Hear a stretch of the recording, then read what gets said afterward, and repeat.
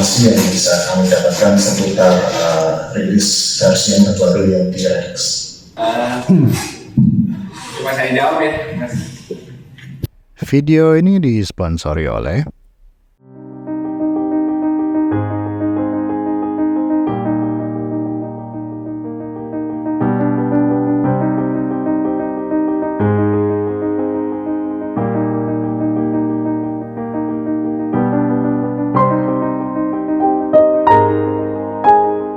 Polytron.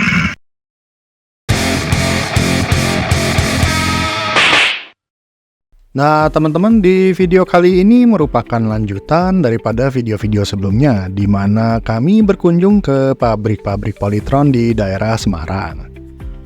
Jika teman-teman belum melihat video yang pertama dan kedua, sangat disarankan untuk melihat yang itu dulu, karena banyak keseruan-keseruan yang terdapat di sana. Oke, kita mulai dengan video kali ini. Hari ini sudah merupakan hari berikutnya. Para peserta check out dari hotel dan masuk ke dalam bis, memulai perjalanan kita menuju pabrik Polytron di Kudus.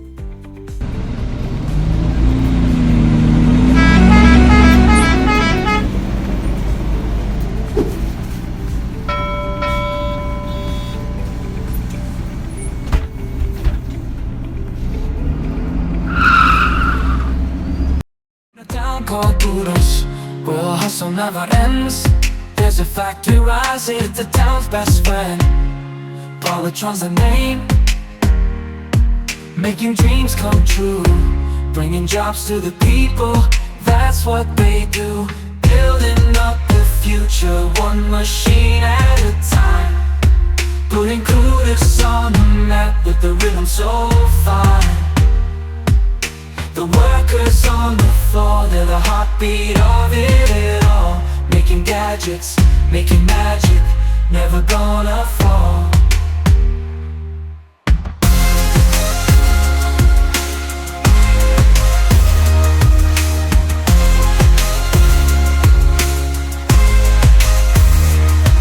Polytron Factory, where the magic comes alive. Selamat datang di Polytron. Pertama-tama kami ucapkan selamat datang dan juga terima kasih kami yang sebesar-besarnya selama ini sudah memberikan evaluasi yang objektif. Maksudnya objektif, ada positifnya dan negatifnya. Ketika yang negatif pun juga sangat bermanfaat bagi kami untuk improvement produk-produk kita di masa mendatang. Nah, teman-teman, itu tadi pembukaan dari CEO Polytron, Bapak Haryono, yang menyambut kedatangan kami semua. Mohon maaf di depan karena kualitas audionya sangat sulit ya untuk kami perbaiki, karena kita di dalam ruangan yang tertutup, bergema, dan yang ditangkap mic adalah audio output dari speaker. Jadi kita kasih subtitle yang Om Teki harap bisa membantu teman-teman memahami sesi ini. Agenda pemaparan Polytron adalah berbagi informasi tentang Fox R dan S, diikuti dengan masukan-masukan, dan beberapa follow-up dari pihak Polytron terhadap masukan yang ada. Ini seru teman-teman, karena sebagai konsumen kita sangat jarang ya bisa lihat suatu produsen yang benar-benar mendengarkan keluhan dan permintaan dari konsumennya, serta melakukan langkah-langkah perbaikan. Memang nggak salah Techidut memilih Polytron Fox R sebagai kendaraan operasional sehari-hari. Slide ini bicara mengenai latar belakang. Teman-teman bisa pause videonya ya jika mau baca. Tapi di sini yang Om Teki ingin perhatikan adalah pemerintah berencana memberhentikan produksi motor bensin di 2040. Bahkan ada rencana untuk melarang penggunaannya di 2050. Ini cukup menarik nih teman-teman. Slide berikutnya teman-teman bisa pause ya untuk baca-baca.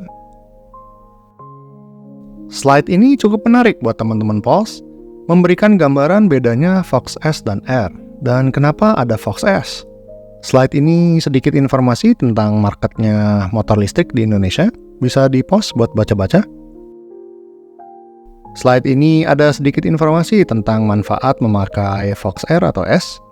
Memang tidak semua slide Om Teki tunjukin ya, karena kalau nggak videonya bisa berjam-jam ntar. Sudah dipilih-pilih yang kira-kira paling bermanfaat buat teman-teman semua.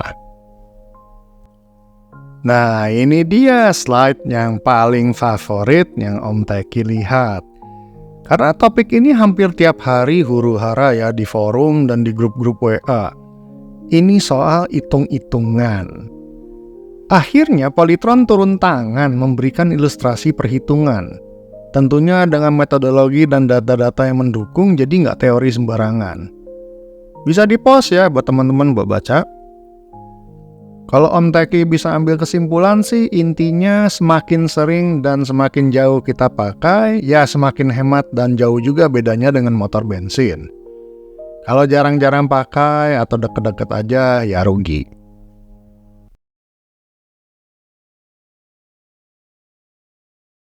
Sesi berikutnya ini tentang perbaikan-perbaikan yang telah Polytron lakukan, yang didasari dari feedback pemakai dan pantauan tim Polytron terhadap keluhan yang dimiliki pengguna. Dan ternyata dicatat loh teman-teman, benar-benar mereka teliti dan diperbaiki. Di grafik ini kelihatan yang utama disumbang dari komstir, upper front, rem, dan per standar. Slide berikutnya menunjukkan apa saja yang sudah diperbaiki oleh tim produksi untuk generasi yang terbaru dan yang masih dalam tahap uji coba untuk diimplementasikan segera. Komstir sudah diganti, dan ini sebenarnya sudah lama dilakukan ya, karena motornya Om Teki pas bongkar komstirnya ternyata sudah tipe ball steel cage. Yang membuat Om Teki penasaran dengan slide ini adalah dua ini kenapa dihilangkan ya. Kan jadi penasaran. Kalau penasaran kan jadi usil. Pertama Om Teki pikir ini punya Honda ya, GN5, sesuai kode yang ditemukan pas Om Teki bongkar motor Teki Dudes. Tapi setelah penelitian dari Mbah Google, ini ternyata Indopart. Oke. Ya terus kenapa? Kok ditutup-tutupin? Gak masalah kan Indopart? Misteri. Teman-teman jangan bikin-bikin asumsi liar ya, ini hanya usil aja. Upper front sudah dikasih metal bracket, ini biar gak getar-getar ya, karena Om Teki ingat generasi awal-awal sampai dudukan perisai kaca depan retak, patah-patah gara-gara getar-getar di bagian yang ini. Slide ini menunjukkan perbaikan di shock. Agak sulit untuk dicerna, Om Teki sendiri bingung, tapi intinya sudah lebih mental-mentul lah kira-kira. Sepertinya. Perbaikan seat. Aduh, ini penting banget ya, karena joknya Om Teki itu susah nutup. Selama ini fokus di cantolan seat lock. Mungkin harus ditambahin ini, karet support kiri kanan. Perbaikan thermal di inverter, dikasih bolong-bolong biar membantu inverter tidak panas atau cepat dingin. Kudu kita bolongin sendiri nampaknya buat generasi sebelum-sebelumnya. Bikin lubang hawa, ide konten nih. Hehehe.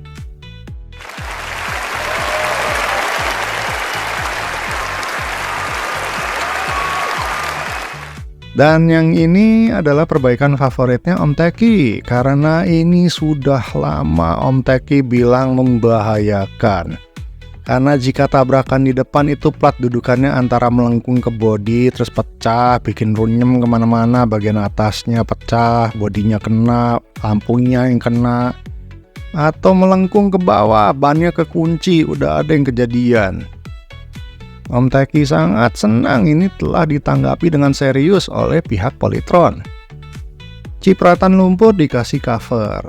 Nah, mengingatkan Om Teki untuk masang cover juga. Udah lama dibeli, belum dipasang-pasang. Aduh, mak, banyak bener pendingan video yang belum dibuat-buat. Dan perbaikan kunci kontak dibuat dari besi sekarang. Sampai saat ini Om Teki takut pakai itu kunci. Jadi sehari-hari keyless terus-menerus. Enak sih sekarang dari besi, ntar coba tukar ah. Selesai presentasi perbaikan, ada unit motor yang ditunjukkan ke kami di ruangan itu dengan semua perbaikan yang disampaikan. Teki Dudes tidak sempat dapat footage untuk semuanya karena pada rebutan, jadi cuma bisa kasih lihat sedikit yang kita dapatkan.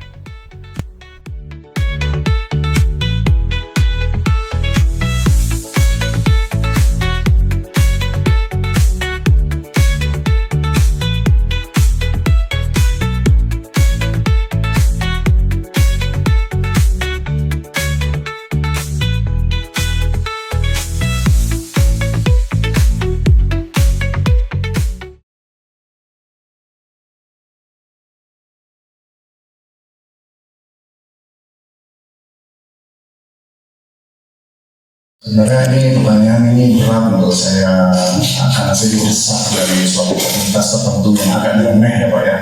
Saya yakin ketika teman-teman dari Polytron itu meriliskan produk ini ke market juga pasti akan tahu bahwa di negeri Konoha kita kan agak mempergunakan sesuatu yang tidak semestinya. Jadi ada pertanyaan dari komunitas yang agak aneh ini Pak, bukan saya Pak. Mungkin saya member dari sama orang lain. Nah itu ada pertanyaan menuju tren yang terjadi di lapangan ya Pak ya, karena ada suatu keterbatasan ataupun settingan dari Polytron yang mungkin tidak cocok sama kami. Jadi komunitas tersebut nggak saya Pak ya. Komunitas tersebut itu melakukan modifikasi ya Pak ya. Kami menggunakan foto sendiri, custom modul custom supaya karena foto dari Polytron itu kan ibaratnya nggak bisa kita jailbreak ya Pak ya. Jadi kita ubah karena persepsi dari komunitas ini bahwa unit motor ini kan milik kami, baterainya yang kami sewa. Apapun yang di luar baterai termasuk fotonya itu juga kan termasuk dalam komponen yang disewakan. Jadi selama kami ganti foto itu, foto custom dan sebagainya, ibaratkan sisa baterainya yang sebenarnya miliknya Polytron. Lain-lainnya kan komponennya menjadi miliknya konsumen. Nah, dengan adanya kami melakukan modifikasi, ibaratnya ya, informasinya yang saya dapatkan bukan dari saya Pak ya. Itu dari fotonya diganti, dari controllernya diganti, ada modul tambahan kayak piggyback ya kalau di mobil gitu kan. Yang untuk merubah settingan ini kan persepsinya yang ditakutkan dari komunitas ini adalah apakah itu menjadi suatu deal breaker terhadap perjanjian sewa menyewanya, apakah itu akan menjadi one prestasi sepihak dari kita, dan apakah ada impact terhadap kita ketika kita melakukan itu. Ini yang sebenarnya banyak yang mau ditanyakan dari komunitas ini ya Pak ya, cuma baru mungkin mendapatkan kesempatan yang langka saat ini. Jadi kami juga berharap mungkin ada sedikit gambaran dari teman-teman Polytron, walaupun sebenarnya dari sisi hati kecil kami benar tahu jawabannya. Tapi kan kok lebih resmi keluar ini kan lebih afdol gitu kan. Dari saya itu Pak, terima kasih. Ya, kita desain integrated juga satu kesatuan, di mana BMS-nya itu kan proteksi untuk baterai tadi, untuk melindungi baterai dari overload, misalkan overcurrent. Dan kami tidak tahu apakah kalau ini dirubah kemudian beban-bebannya juga terjadi perubahan ya. Nah itu tergantung perubahannya apa gitu ya. Agak ekstrim sih Pak. Ya, speednya S-nya bisa sampai 140-an. Ya, itu Loader ya dengan baterai menggunakan itu. tentu akan mengaruh dengan proteksi yang sudah proteksi dan pengaman bisa membuat life cycle-nya juga menjadi berubah. Betul Pak, yang ditakutkan komunitas yang namanya ini adalah apakah ada legal implication atau ternyata menjadikan suatu keguguran dalam kontrak menyewa baterainya gitu Pak. Ini yang mungkin bisa menjadi dihanguskan garansinya atau menjadi suatu penalti, oh kamu modif karena berarti kamu tak kena sanksi dan sebagainya, itu yang ditakutkan oleh komunitas ini Pak.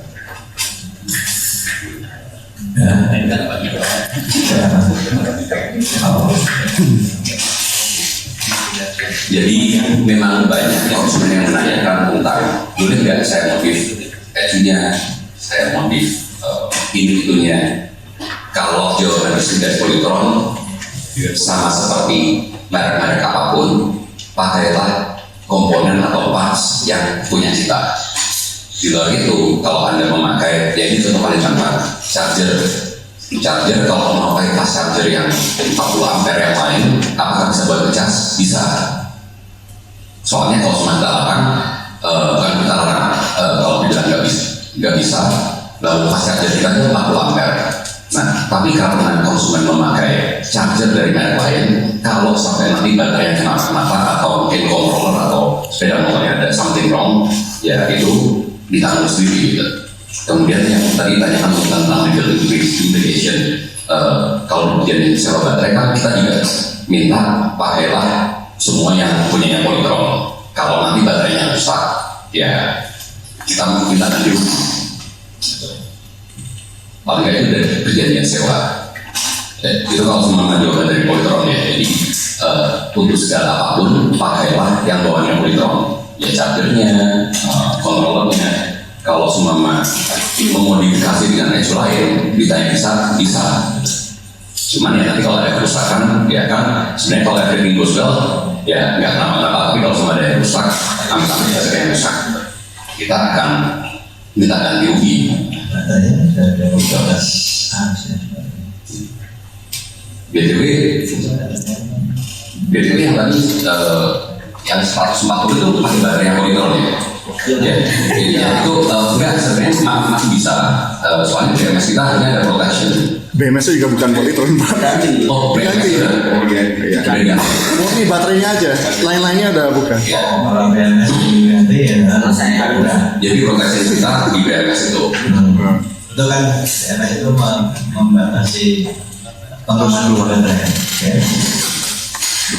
Jadi ya kunci maka pengamannya enak. Ya, tapi memang serba salah. Terus juga ini, misalkan motor itu sendiri juga ada spesifikasi yang kalau di overspeed seperti itu juga jalan panas, bisa terbakar. Betul.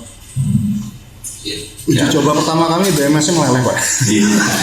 Kok kami komunitas Tidak apa-apa. Mungkin kalau analoginya di motor atau mobil ICE itu kan kalau semua ada speed limiter yang kita buka kan terus nanti mereka tersebut kan bilang wah lu buka speed limiternya ya garansi angus, lu harus ganti apa yang harganya mahal ya.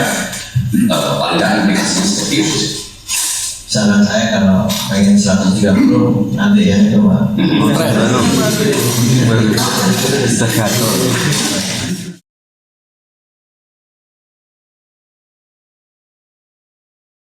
apakah ada informasi yang bisa kami dapatkan seputar rilis versi yang terbaru yang di Rex?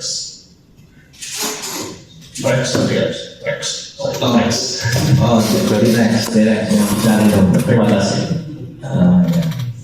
Itu pertamanya. Enggak tahu sejujurnya. Sejujurnya teman-teman. Coba saya jawab ya, Mas. Itu lagi kita develop untuk finalisasinya. Semoga tahun ini bisa keluar. Mungkin either itu kita akan launching di IAS atau di IMOS, antara event itu yang akan kita siapin untuk unit itu ready untuk bisa di order. Kira-kira di 2 event itulah. Bocoran harga, Pak. Nah, bocoran harga kalau dari segi performance itu kan sangat bertenaga lah ya, mumpuni. Size-nya juga lebih besar ukuran motornya dengan yang sejenis masih bisa bersaing. Kira-kira gitu dulu lah. Kita masih hitung-hitung yang enaknya, yang tidak memberatkannya seperti apa. Untuk baterai juga mungkin sistemnya kemungkinan besar akan tetap sewa karena kita tidak mau merepotkan konsumen juga. Kira-kira begitu dulu highlightnya. Untuk nama juga akan kita ubah. Oh, jadi T-Rex. Nanti ditunggu aja namanya. Baik. Kalau udah siap segera. Mereka gitu ya. Oke. Thank you, Pak. Nah, teman-teman, itu sudah semua rangkaian acara kami di ajang kunjungan pabrik-pabrik Polytron selama 2 hari. Terima kasih yang banyak dari teman-teman Polytron, para panitia yang sudah mengundang kami, juga kepada para penonton baru dan lama kami. Semoga video ini informatif, kami sangat senang membuatnya. Dan sampai jumpa di video selanjutnya.